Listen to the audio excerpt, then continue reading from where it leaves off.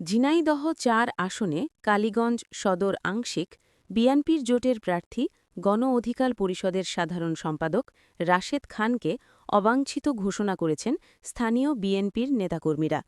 একই সঙ্গে মনোনয়ন বদলের দাবিতে কাফনের কাপড় পরে বিক্ষোভ মিছিল করেছেন তারা।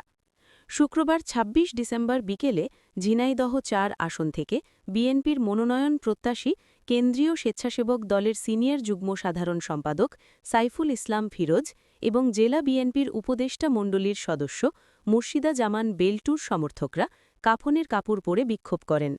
উপজেলা ও পৌর বিএনপির দলীয় কার্যালয় থেকে বিক্ষোভ মিছিল বের হয়। মিছিলটি শহরের মেইন বাসস্ট্যান্ড এসে সমাবেশে মিলিত হয়। এ সময় দুই মনোনয়ন প্রত্যাশী রাশেদ খানকে বহিরাগত আখ্যা দিয়ে তাকে অবাঞ্ছিত ঘোষণা করেন।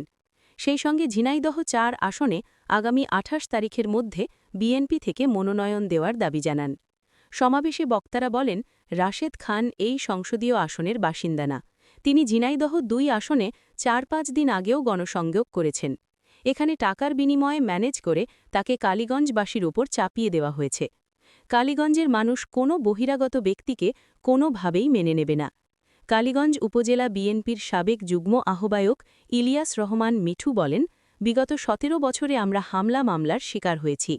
বিএনপির মনোনয়ন প্রত্যাশী ৩ জন নেতাকর্মীদের খোঁজ খবর রেখেছেন, কিন্তু হঠাৎ করে বহিরাগত একজনকে চাপিয়ে দেওয়া হয়েছে। বিএনপির মনোনয়ন প্রত্যাশী সাইফুল ইসলাম ফিরোজ বলেন, ঝিনাইদহ ৪ আসন থেকে আমরা ৩ জন মনোনয়ন চেয়েছিলাম, কিন্তু বিএনপির কাউকে মনোনয়ন না দিয়ে বহিরাগত ব্যক্তিকে বিএনপির প্রার্থী ঘোষণা করা হয়েছে। আমাদের নেতা তারেক রহমান আরও দুদিন আগে দেশে এলে হয়তো এমন ঘটনা ঘটত না। আরেক মনোনয়ন প্রত্যাশী মুর্শিদা জামান বেল্টু বলেন, আমরা কালীগঞ্জের রাজনীতির সঙ্গে দীর্ঘদিন জড়িত।